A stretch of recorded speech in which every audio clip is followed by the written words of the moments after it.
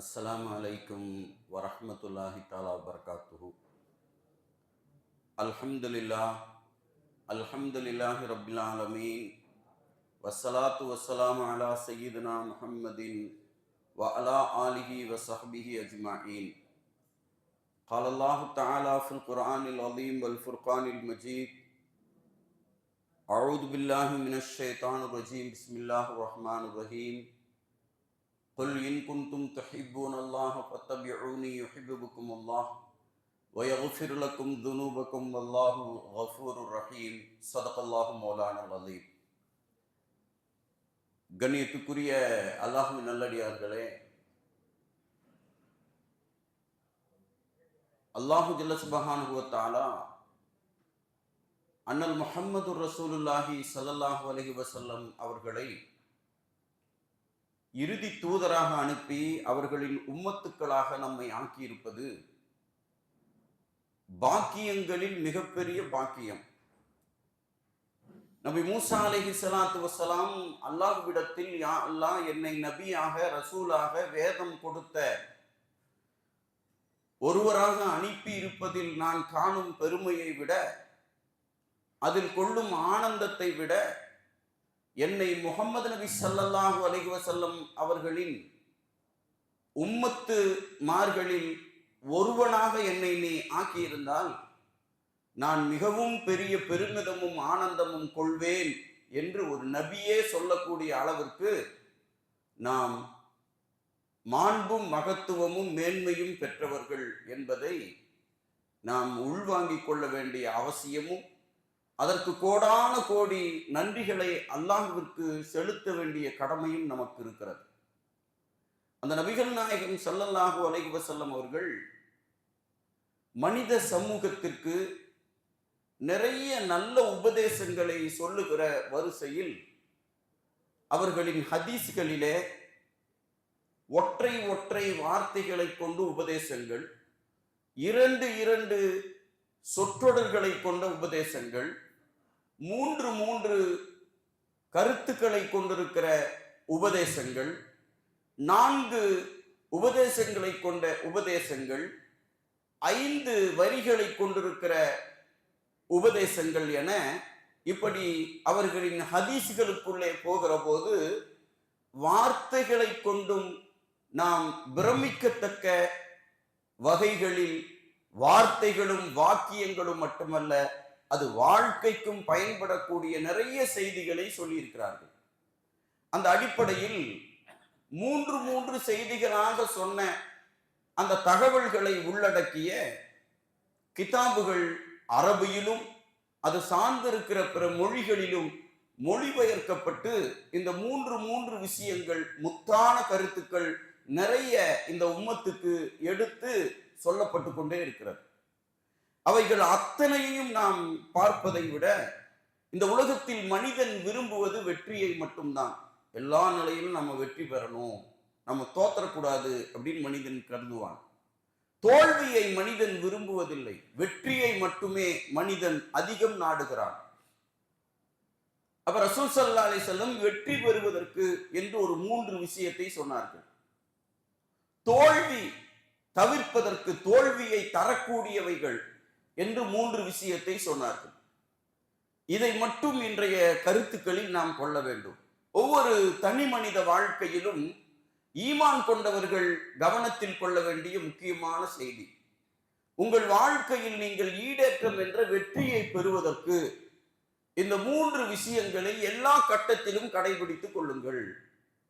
அதிலே ஸல்லல்லாஹு அலைஹி வஸல்லம் அவர்கள் சொல்கிறார்கள், முதலில் வெற்றி பெறுவதற்கான முதல் விஷயம், நீங்கள் தனிமையில் இருக்கிற போதும் மக்களுக்கு மத்தியில் இருக்கிற போதும் உங்க மனசுல அல்லாஹ்ட நினைப்பும் பயமும் இருக்கணும். இது உங்கள்கிட்ட எப்பவுமே இருந்துருச்சுன்னா நீங்க தான் வெற்றியாளர்கள் என்பதற்கான முதல் படித்தரம் இதுதான். இது ரொம்ப கவனமா வச்சுட்டே இருக்கணும். தக்வா எனும் இறை நினைவோடு, இறை பயத்தோடு இருக்கிற மனசு தனிமையில, நம்ம தனியா இருக்கும்போது இருக்கணும், மக்களுக்கு மத்தியில் இருக்கும்போது இருக்கணும். மக்களுக்கு மத்தியில் தொழுகிறோம், தொழுகையில எல்லாரும் பார்க்கணுங்கிறது தொழுதுட்டோம்னா அந்த தொழுகை பயன் இல்லாமல் போயிடும். எல்லாரும் நம்மளை ஹாஜியாருன்னு கூப்பிடணுங்கிறதுக்கு வேண்டி நாம ஹஜ்ஜுக்கு போயிட்டு வந்தோம் அப்படின்னா அது பயனற்று போயிடும். எல்லோருக்குமாக அல்ல, அல்லாவுக்காக. நிறைய பேர் இன்னைக்கு ஹஜ்ரத் நீங்க அவர் ஹஜ்ஜுக்கு போயிட்டு வந்திருக்கார், அவர் ஹாஜியா இல்ல அல்ஹாஜியான்னு கேட்கிறாங்க. ஹாஜினா என்ன, அல்ஹாஜினா என்ன? அவங்க சொல்ற விளக்கம், ஹாஜினா ஒரு ஹஜ்ஜி செஞ்சவர், அல்ஹாஜினா 2 ஹஜ்ஜி செஞ்சவர். அப்ப 3 ஹஜ்ஜி செஞ்சா அல்லு ஹாஜி போடணும்.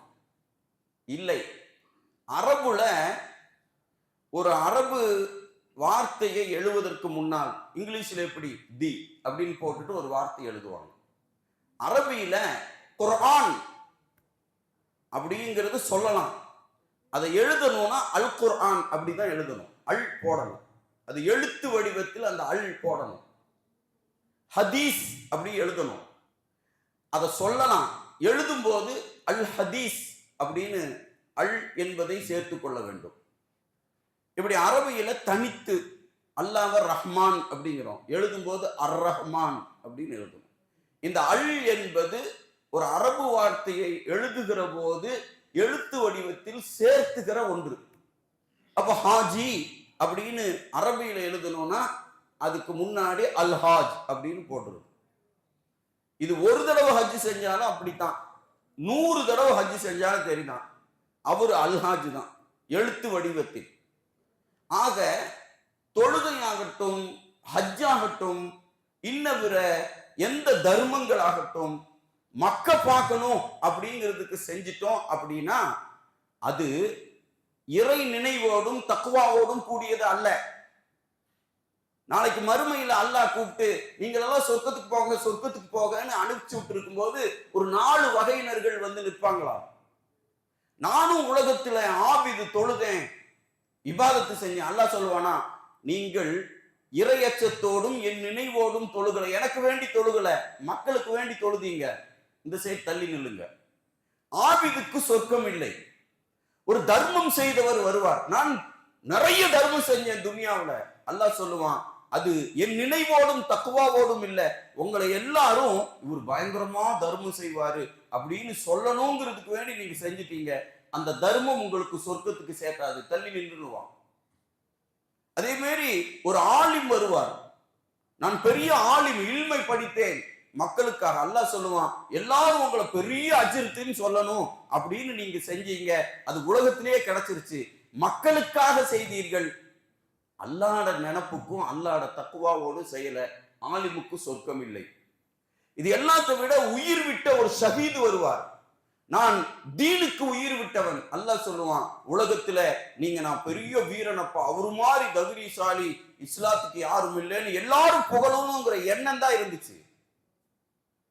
அங்க உங்கள்கிட்ட மக்களுக்கு மத்தியில் இறை நினைவோடும் தக்குவாவோடும் நீங்கள் இதை செய்யல, அதனால உங்களுக்கு சொர்க்கம் இல்லை.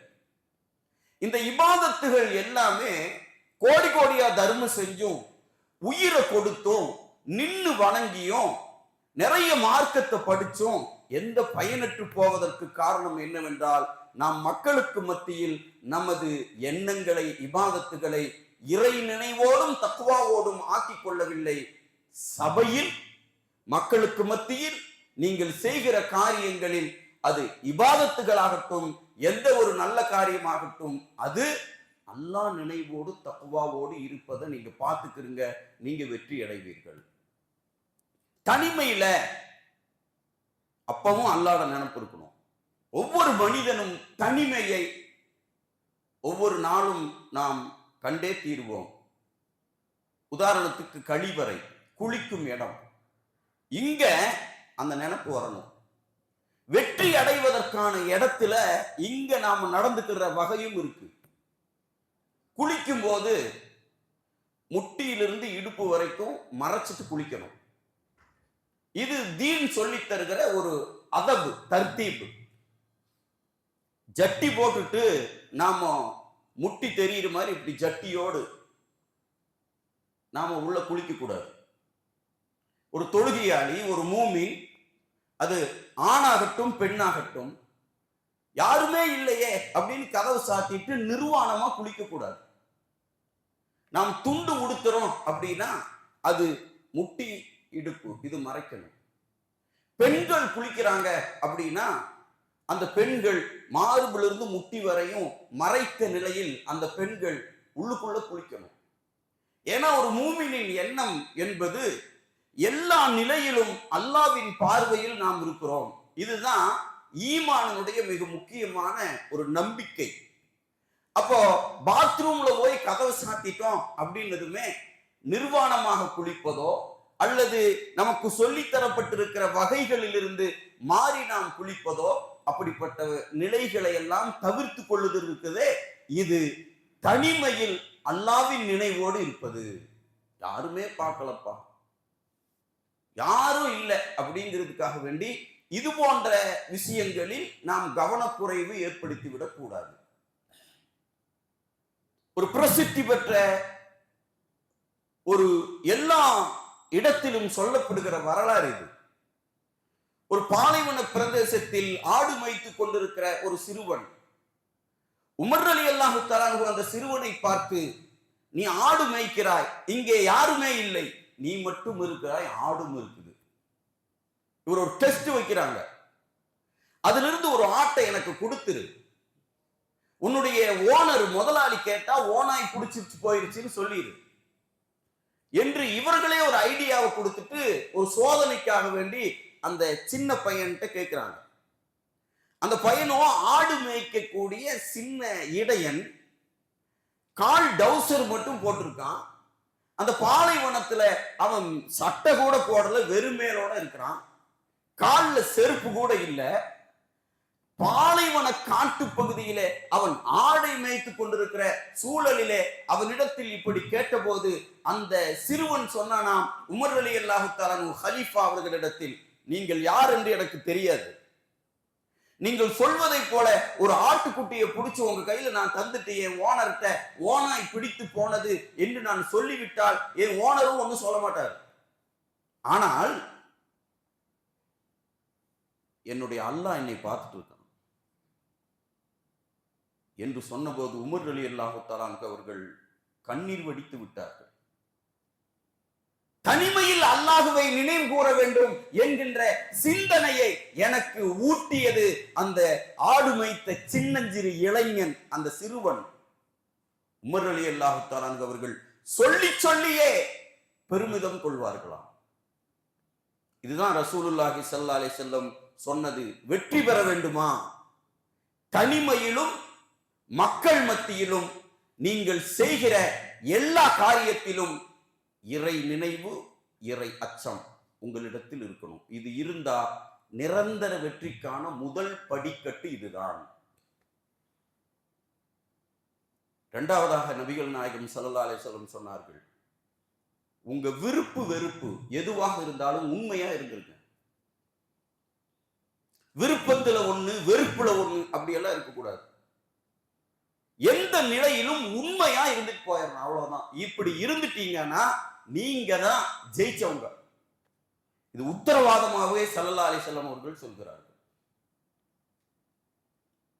இதுக்கும் இதே உமர் ரலியல்லாஹு தஆலா பாருங்க, பைத்துல் முகத்தஸ் அவர்கள் காலத்தில் வெற்றி கொள்ளப்பட்டு அதற்காக வேண்டி அவர்கள் அங்கே போகிறார்கள். அவர்களை வரவேற்பதற்காக வேண்டி அங்கே எல்லோரும் குழுமி நிற்கிறார்கள். உமர் ரலியல்லாஹு தஆலா ஹலீஃபா ஒட்டகத்துல அவங்க போறாங்க. அவர்களும் அவர்களின் பணியாளர் அயாஸ் 2 பேர் போறாங்க. உமர் ரலியல்லாஹு தஆலா கிட்ட ஒரு நியாயம் இருக்கும் எப்பொழுதுமே. அவங்க மனிதனை, மனித உணர்வை மதிக்கிற பக்குவம் இருந்தது. நீ எனக்கு வேலைக்கான, நான் உன்னுடைய மன்னன் என்றெல்லாம் அவங்க பார்க்க மாட்டாங்க. எனக்கு பசிக்கிற மாதிரி உனக்கு பசிக்கும், எனக்கு கால் வலிக்கிற மாதிரி உனக்கும் கால் வலிக்கும், எனக்கு தூக்கம் வர்ற மாதிரி உனக்கும் தூக்கம் வரும். இது எல்லாமே உனக்கும் எனக்கும் உண்டானது. இதுல நான் எப்படியோ அப்படியே நீ இருக்கணும்.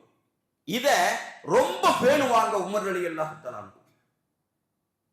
அப்ப என்ன சொல்றாங்கன்னா, நாம் போகிற ஒட்டகம் 3மே ஒரு இவங்களும் மனுஷன் அவங்களும் மனுஷன், இதுவும் ஒட்டகம். ஒட்டகத்துல 2 பேர் சேர்ந்து ஒட்டகத்துல உட்கார்ந்து போனா ஒட்டகத்துக்கு சடைவு ஏற்படும். ரொம்ப பாரம் கொடுத்தது மாதிரி இருக்கும். ஒட்டகத்துக்கு மேல பாருங்க கரிசனம். அந்த ஒட்டகம் என்ன சொல்லிடும்? 2 பேர் மேல ஏறி உட்கார்ந்தா ஒட்டகம் ஏதாவது சொல்லுமா? அது சுமந்துட்டு போத்தான் செய்யும். ஆனா சொல்றாங்க, நாம் இருவர்களும் ஒட்டகத்தின் மேல் ஏறி பயணித்தால் ஒட்டகத்துக்கு சிரமமாயிரு. எவ்வளவு தூரம் நம்ம 2 பேர்த்த சுமந்துட்டே போறது. சிறிது நேரம் ஒட்டகத்துக்கு மேல நான் உட்கார்றேன், நீ முன்னாட கையை பிடிச்சிட்டு நடந்த அந்த கைத்தை பிடித்து நடந்து வந்துட்டு, பிறகு நீ மேல ஏறி உட்கார்ந்துக்கோ, நான் ஒட்டகத்தினுடைய கயிற்றை பிடித்து நடந்து வருகிறேன். கொஞ்ச நேரம் 2 பேருமே உட்கார வேண்டாம், ஒட்டகத்தை வெறுமனே நடத்திட்டு போவோம். எப்படி ஒரு நீதி பாருங்க, எவ்வளவு பெரிய ஜீவ காருண்யம் பாருங்க.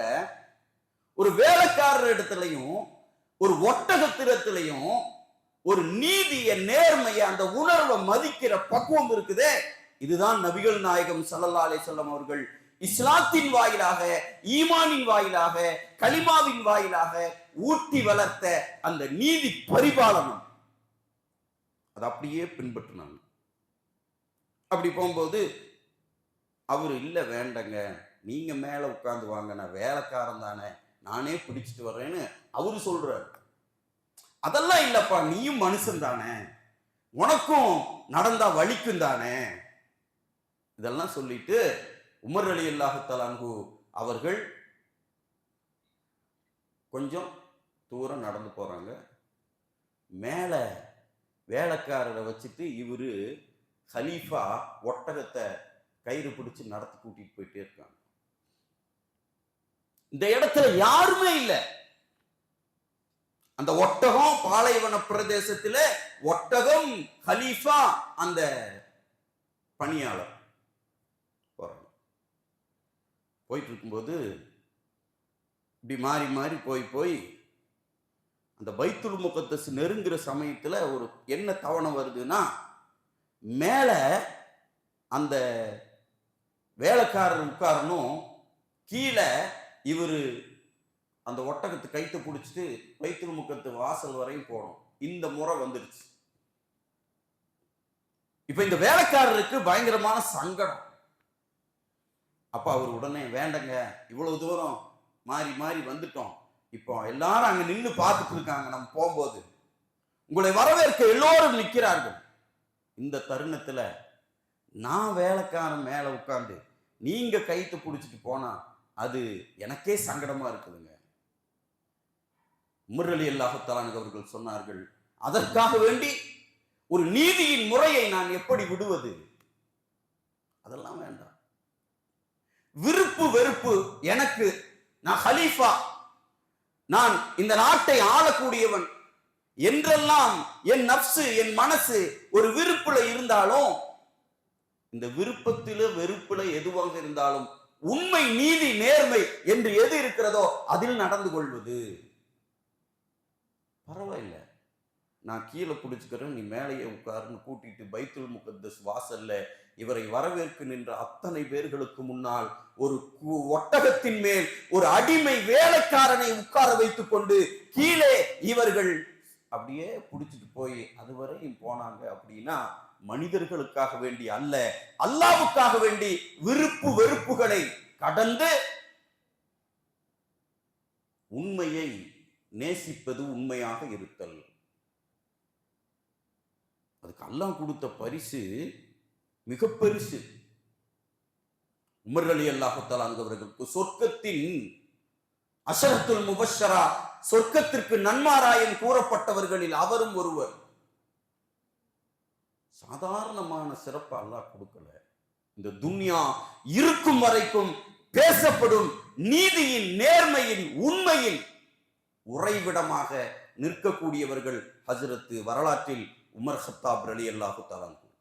உங்க வரலாற்றை எல்லாம் படிக்கணும், வீட்டில் படிச்சு காமிக்கணும். அவ்வளவு அற்புதமான உண்மைக்கோர் உமர் ரலியல்லாஹு தஆலா.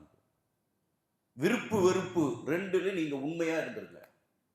இது நபிகள் நாயகம் ஸல்லல்லாஹு அலைஹி வஸல்லம் அவர்கள் சொல்லி தந்த இரண்டாவது விஷயம். மூன்றாவதாக சொன்னார்கள், வறுமையும் வரும், செழிப்பும் வரும். இது ரெண்டுலையும் நீங்க ஹலால், தன்னிலை மாறிவிடக்கூடாது. ரெண்டும் வரும். செழிப்பு வந்தாலும் வறுமை வந்தாலும் இது ரெண்டுமே மனிதனுக்கு வரக்கூடியது, ஏற்றத்தாழ்வு. ரெண்டுலையுமே நீங்க அவுசத், நடுநிலை, உண்மை நிலையில் உங்க நிலை தடுமாறி விடக்கூடாது. இதுக்கு பெரிய உதாரணமே நபி அய்யூப் அலைஹிஸ்ஸலாத்து வஸ்ஸலாம். உங்க வாழ்க்கையில பெரிய செல்வத்தை அல்லாஹ் கொடுத்தான், பிற்பாடு பெரிய கஷ்டத்தையும் கொடுத்தான். செல்வம்னா ஆட்சி, அதிகாரம், பயங்கரமான ஒட்டகத்தோட்டம், குதிரைத்தோட்டம், ஆட்டு பண்ணை, மாட்டு பண்ணை, விவசாயம், எங்க பார்த்தாலும் செழிப்பு. அவங்க அம்மா ரஹீமா அம்மையார் பயங்கரமா, அப்போ பணக்கார செல்வாக்கு உண்டான வீட்டில் இருக்கிற மனைவி எப்படி இருக்கும்? அப்படி இருந்தது. ஊரே மெச்சுகிற அளவுக்கு அவர்கள் மிக பிரம்மாண்டமான செல்வாக்குல இருந்தாங்க. ஒரு கட்டம் அல்லாஹ் போய் இப்லீஸ்க்கு சொன்னான், இவ்வளவு பெரிய பணம், பதவி, அந்தஸ்து எல்லாம் அய்யூபுக்கு நீ கொடுத்திருக்கிய அந்த நபிக்கு, கொஞ்சம் சோதிச்சு பாரு, உன்னை மறந்துடுவாரு அப்படின்னா. அல்லாஹ் சொன்னா, எந்த சோதனையிலும் அவர் என்னை மறக்க மாட்டார், செழிப்பிலும் என்னை மறப்பதில்லை, அவர் வறுமையிலும் என்னை மறக்க மாட்டார். டெஸ்ட் பண்ண அல்லாஹ் டெஸ்ட் பண்ணான். அவருக்கு ஒரு நோய் பீடித்தது. அந்த நோயின் காரணத்தினால் அவர் வைத்தியம் செஞ்சு நிறைய, இன்னைக்கு வைத்தியத்திலே காசு போயிடும். இன்னைக்கு இருக்கிற நிலையில பெரும் இது வந்துருச்சுன்னா வீட்டை வித்து பார்க்கிறோம், அதை வித்து பார்க்கிறோம், இதை பார்க்கிறோம். கடைசியில பள்ளிவாசல்ல மக்கள் நிற்கக்கூடிய நிலைக்கு நோயின் கடுமை. அல்லாஹ் எல்லாத்தையும் காப்பாற்றுவானாக. அய்யூப் நபி அலைஹிஸ்ஸலாத்துக்கு நோய் போய் கடைசியில ஒவ்வொன்னா போச்சு. அதிகாரம் போச்சு, சொத்து போச்சு, பணம் போச்சு, செல்வாக்கு எல்லாம் போச்சு. கடைசியில அந்த நோய்க்கு எந்த வழியும் இல்லை என்ற நிலை வந்தது. உடலெல்லாம் அப்படியே புழுக்களால் அரிக்க ஆரம்பித்தது. 2 பேர் மட்டும் இருக்காங்க, அய்யூப் நபியும் அவங்க மனைவி ரஹீமா அம்மையார். நண்பனையும் மனைவியையும் நீ துன்பத்தில் தான் கண்டுகொள்ள முடியும் என்று சொல்லுவார்கள். இந்த துன்பத்தினுடைய கடைசி வரைக்கும் நின்னாங்க ரஹீமா அம்மையார். நாம கொடுக்கும் போதெல்லாம் நம்ம புகழ்ந்துட்டு ஒரு நாள் கொடுக்கலன்னா சபிக்கக்கூடிய நிலையில் மனைவிகள் இருக்கக்கூடாது. எவ்வளவு 100 நாள் செஞ்சிருக்கோம், ஒரே ஒரு நாள் செய்யலைன்னா உங்ககிட்ட ஒண்ணுமே நான் வாங்கி என்னை சரியா பார்க்கலன்னு சபித்து விடுவார்கள். ரஹீமா அம்மையார் புழு புடுத்து உடலெல்லாம் நிலை ரொம்ப மோசமா இருக்கும்போது கூடவே இருக்காங்க. எந்த அளவுக்கு ஆச்சுன்னா, ஊர்ல இருக்கிறவங்க எல்லாம் இவருக்கு இப்படி இருக்குது, ஊருக்குள்ள இவர் இருந்தா நமக்கெல்லாம் இந்த நோய் தொற்றிவிடும் என்று சொல்லி அந்த செல்வாக்கு படைத்த நிலையில் இருந்த, ஊர்லயே பெரிய ஆளு அப்படின்னு இருந்த அய்யூப் நபிய ஊருக்கு வெளியே கொண்டு போய் போட்டுறணும்னு முடிவு பண்ணி கொண்டு போய் போட்டுறாங்க. அந்த சமயத்திலையும் யார் கூட போய் நின்னான்னா ரஹீமா அம்மையார் நின்னாங்க. சாப்பிடுறதுக்கு வழி இல்லை, ஜீவிதத்துக்கு வழி இல்லை, என்ன செய்யறது? ஒரே ஒரு அனுமதி மட்டும், அவர் ஊருக்குள்ள வரக்கூடாது, நீங்க மட்டும் ஏதாவது தேவைன்னா வந்துட்டு போயிருங்க, நான் கையேந்துவதற்கு தயாரில்லை, உங்கள் வீட்டில் ஏதாவது வேலை இருந்தா சொல்லுங்க, நான் செஞ்சுக்கிறேன். அவர்கள் வீட்டு வேலைக்கு அங்க இருக்கக்கூடிய ஒவ்வொரு வீட்லையும் போய் வீட்டு வேலைக்காரியா போய் செஞ்சு கொடுத்துட்டு அதன் மூலமா கிடைக்கக்கூடிய உணவுகளை கொண்டு படுத்த படுக்கையாக இருக்கிற நபி அய்யூப் அலைஹிஸ்ஸலாத்துக்கு உணவு கொடுக்கிறார்கள் ரஹீமா அம்மையார். இந்த நிலையிலையும் அய்யூப் நபி அல்லாஹ்வை திக்ர் செஞ்சுட்டே இருப்பாங்களாம். வறுமையினுடைய கோர தாண்டவம் அல்லாஹ்வை நினைச்சிட்டே இருப்பாங்க. அந்த டெஸ்ட்ல ஜெயிச்சாங்க. ஒரு கட்டம், அந்த காலகட்டத்தில் பெண்களின் கூந்தலுக்கு பெரிய விலை மதிச்சு வாங்குவாங்க. ஒரு கட்டத்தில் வீடுகளில் வேலை இல்லை, என்ன செய்யறது என்கின்ற நிலை வந்தபோது ரஹீமா அம்மையார் தன் முடியை அப்படியே மொட்டை அடிச்சுட்டு தன் கணவனுக்காக வேண்டி அந்த கூந்தலை எடுத்து கொண்டு போய் ஊர்ல விரும்பக்கூடியவர்களுக்கு அதை விற்று அதில் கிடைக்கக்கூடிய பொருளை கொண்டு வந்து கணவனை பராமரித்தார்கள் என்று அவர்களின் வரலாறிலே வருகிறது. அவர்களின் உடல் முழுக்க புழு அரித்து அரித்து அப்படியே சல்லடையாக்கி கொண்டிருக்கிற போது நாவும் ஹிருதயமும் மட்டுமே, நாவு அல்லாவை நினைக்கிறது, ஹிருதயம் அல்லாவை நினைக்கிறது, நாவு அல்லாவை துதிக்கிறது. இந்த நிலையில தான் அய்யூப் நபி அலைஹிஸ்ஸலாம் அல்லாஹ்ட்ட கேட்டாங்க, யா அல்லாஹ், நீ தந்ததை எல்லாம் எடுத்துட்ட, எனக்கு கவலை இல்லை, உயிர் இருக்கு, அது இருக்கும் வரை உன்னை நினைக்க இதயமும் உன்னை துதிக்க நாக்கும் எனக்கு வேணும். அதுக்கு மட்டும் நான் உங்ககிட்ட கேட்கிறேன், அது போதும். உனக்கு சுக்குர் செய்ய, உன்னை நினைக்க. வறுமையில கிடக்கிற போது அல்லாஹ்வை நினைச்சு சுக்குர் செய்யறாங்க. படுத்த படுக்கையா, நோயின் கடும் பிடி, கோடீஸ்வரியாக வாழ்ந்த மனைவி வீட்டு வேலைக்காரி ஆயிட்டாங்க. அதற்கும் வழி இல்லாத போது தன் கூந்தலை விட்டு கணவனை பார்க்கிற இடத்துக்கு ஊருக்கு ஒதுக்குப்புறமாக கிடக்குகிற சூழல் வந்த போது அல்லாஹ்வை நினைச்ச போது அல்லாஹ் சொன்னா, நினைக்கிறதுக்கு இதயமும் துதிக்க நாவுமா, மீண்டும் உங்களுக்கு எல்லா நேமத்துகளையும் தருகிறேன் என்று இழந்த அனைத்தையும் அல்லாஹ் கொடுத்தான். மீண்டும் 60 ஆண்டுகளுக்கு மேலாக அய்யூப் நபி அலைஹிஸ்ஸலாத்து வஸ்ஸலாம் அவர்கள் செழிப்பாக இருந்தார்கள் என்ற வரலாற்றை நாம் பார்க்கிறோம்.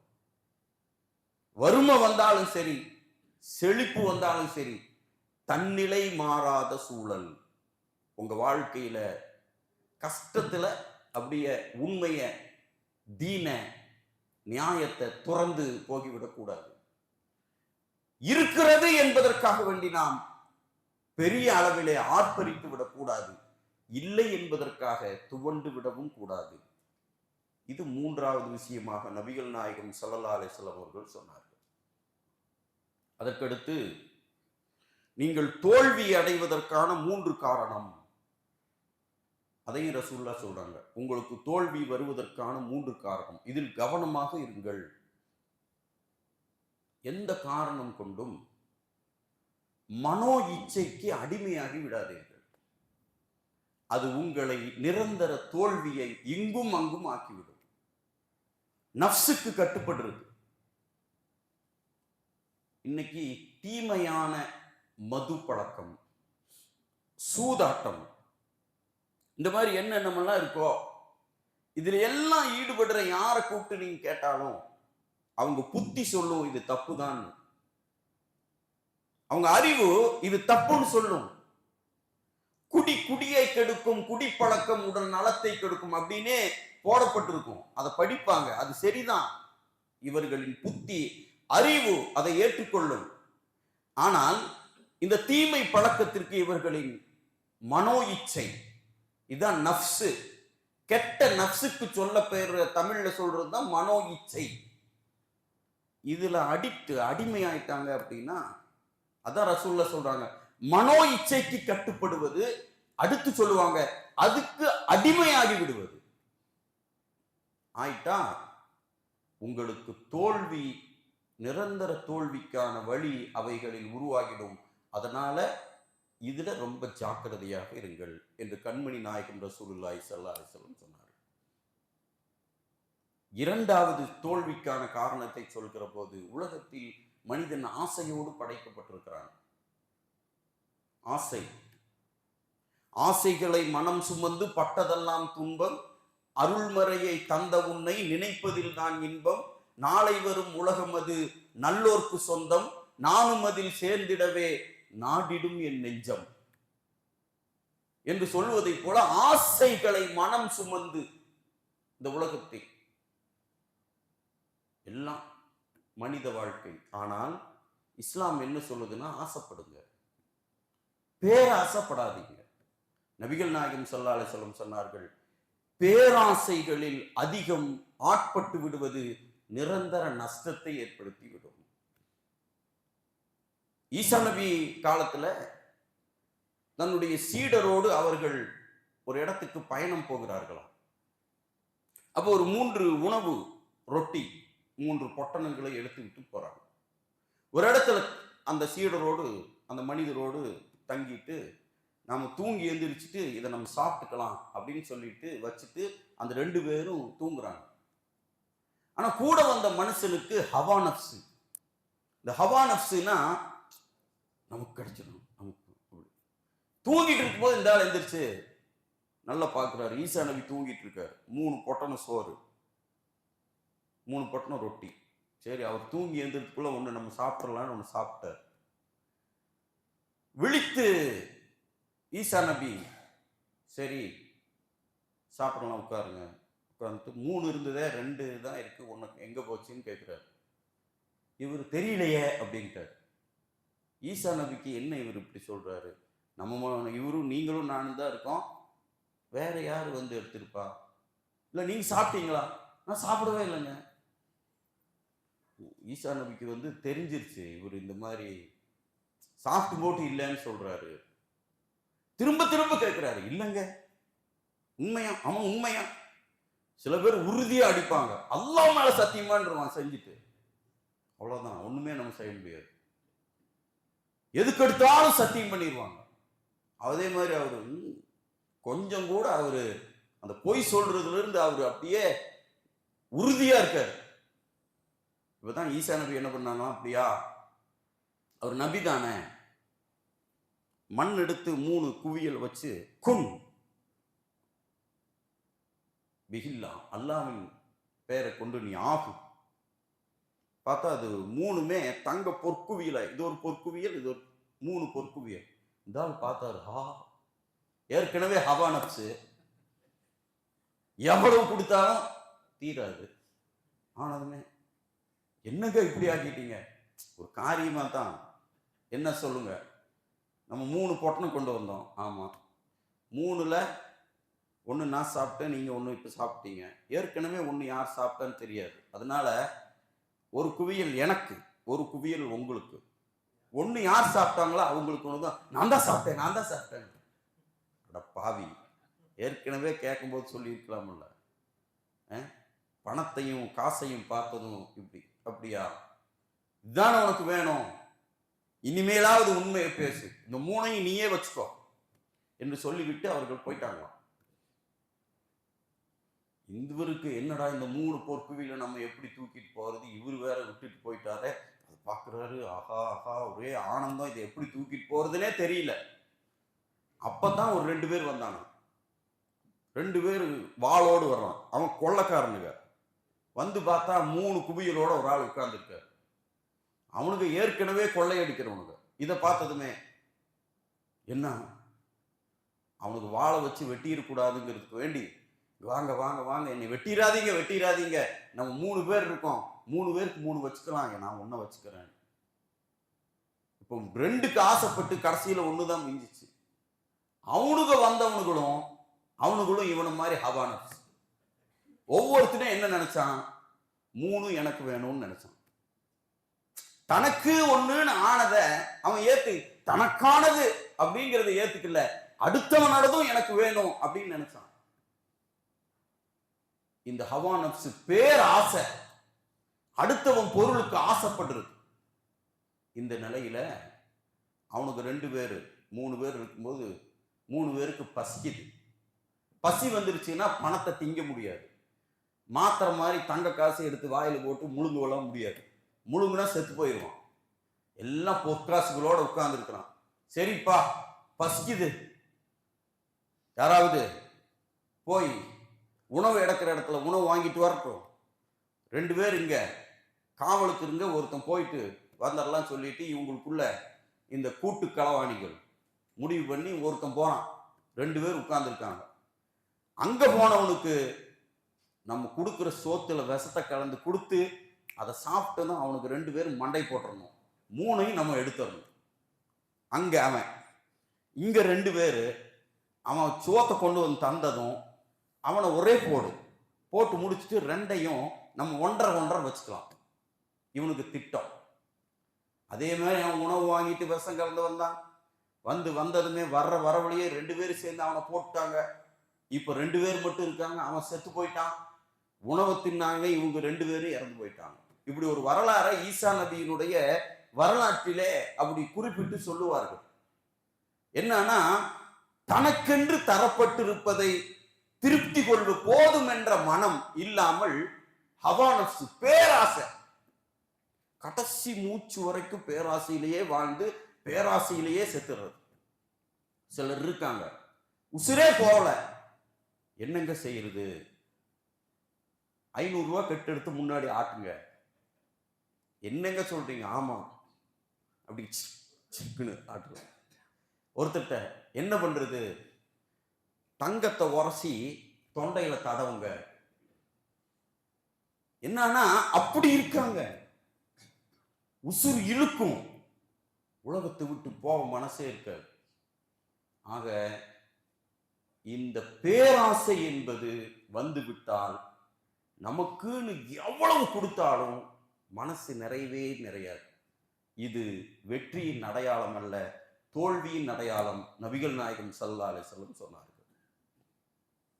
அளவா ஆசைப்படுங்க, தேவையானதை பொருந்தி கொள்ளுங்கள், நமக்கானது நமக்கு கிடைக்கும், நமக்கானது நமக்குத்தான் என்கின்ற நிலைகளில் இருப்பது. மூன்றாவதாக, நீங்கள் தோல்வி அடையாமல் இருப்பதற்கு ஸல்லல்லாஹு அலைஹி வஸல்லம் சொன்னார்கள், அல்லாஹ்வுக்கு பிடிக்காத விஷயம், அல்லாஹு அக்பருக்கு எதிரான விஷயம், அல்லாஹ்வுக்கு பிடிக்காது, அல்லாஹு அக்பருக்கு எதிரான விஷயம், அது உங்க வாழ்க்கையில் வரக்கூடாது. அதுதான் செருக்கு.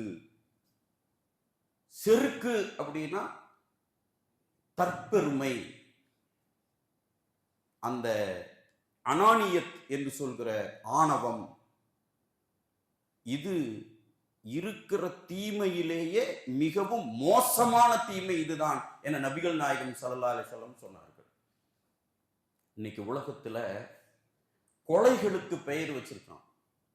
தற்கொலை, தன்னைத்தானே சூசைட் பண்ணி தற்கொலை. ஒருத்தனை பிடிச்சி நீ உன்னை கொலை செய்ய போறேன் படு அப்படின்னா, இதை கொல்ல போறிய எதுக்கு படு, அது படுகொலை. கொலைக்கு நிறைய பேரு. அதே மாதிரி இப்ப என்ன பேருன்னா ஆணவ கொலை. இந்த ஆணவ கொலைன்னு இருக்க, இது பெரிய அளவில் இன்றைக்கு நடந்து கொண்டே இருக்கிறது. என்னன்னா, நான் தான் உயர்ந்தவன், என் புள்ளைய என் ரேஞ்சில் இருக்கிறவங்க கொடுப்பேன், என்னுடைய குலம், என் கோத்திரம், என் இனம் என்று அவன் பிறப்புல சில வகையை வச்சுட்டு அதுக்கு மாற்றமா வந்துடும் போது பெத்த பிள்ளையவே கொண்டுடுறான். என்னன்னா என் கௌரவம், இதுக்கு கௌரவ கொலை, ஆணவ கொலை, கௌரவ கொலை, பெருமை கொலை. பெத்து வளர்த்தி ஆளாக்கிய பிள்ளையவே அவன் கொண்டுறான். அதுக்கு கொஞ்சம் கூட அவன் கவலைப்படுறது இல்லை. என்னன்னா என் கௌரவத்துக்கு, என்னுடைய அந்தஸ்துக்கு, நான் இருக்கிற இருப்புக்கு இது என்னன்னா இது இழுக்கு, அதனால கொன்று. கூலிப்படையை வச்சு தன் பெத்த மக்களையே கொண்டுறான். இன்றைக்கு இந்தியாவில் தீர்வு காண முடியாத நிறைய விஷயத்துல இந்த கௌரவ கொலை, ஆணவ கொலை, பெருமை கொலை நிறைய இருக்கிறது. நபிகள் நாயகம் ஸல்லல்லாஹு அலைஹி வஸல்லம் சொன்னார்கள், செருக்கு கொள்வது மிகப்பெரிய தோல்வியின் அடையாளம், இருக்கும் தீமைகளிலேயே மிகப்பெரிய தீமை என்று சொன்னார்கள். இன்னைக்கு வரைக்கும் இந்த ஆணவ கொலையினுடைய அடித்தளத்தை நாம பார்க்கும்போது இந்த செருக்கு தான். இப்படி வெற்றிக்கான 3 வகைகள், தோல்விக்கான 3 விஷயத்தை சொல்லியிருக்கிற ஸல்லல்லாஹு அலைஹி வஸல்லம் அவர்கள் இந்த தீனை நமக்கு தந்து குணத்தால், எண்ணத்தால், உள்ளத்தால், செயல்களால் நாம் நலன்களை பெற்று வெற்றி பெறுவதற்கான வழியை சொல்லியிருக்கிறார்கள். பின்பற்றி நலம் பெறுகிற உயர்ந்த தௌஃபீக் அல்லாஹ் தந்தருள்வானாக. வஹ்தவானானில் அல்ஹம்துலில்லாஹி ரப்பில் ஆலமீன். ஸலாமு அலைக்கும் வரஹ்மத்துல்லாஹி தஆலா வபரகாத்துஹு. மனிதன்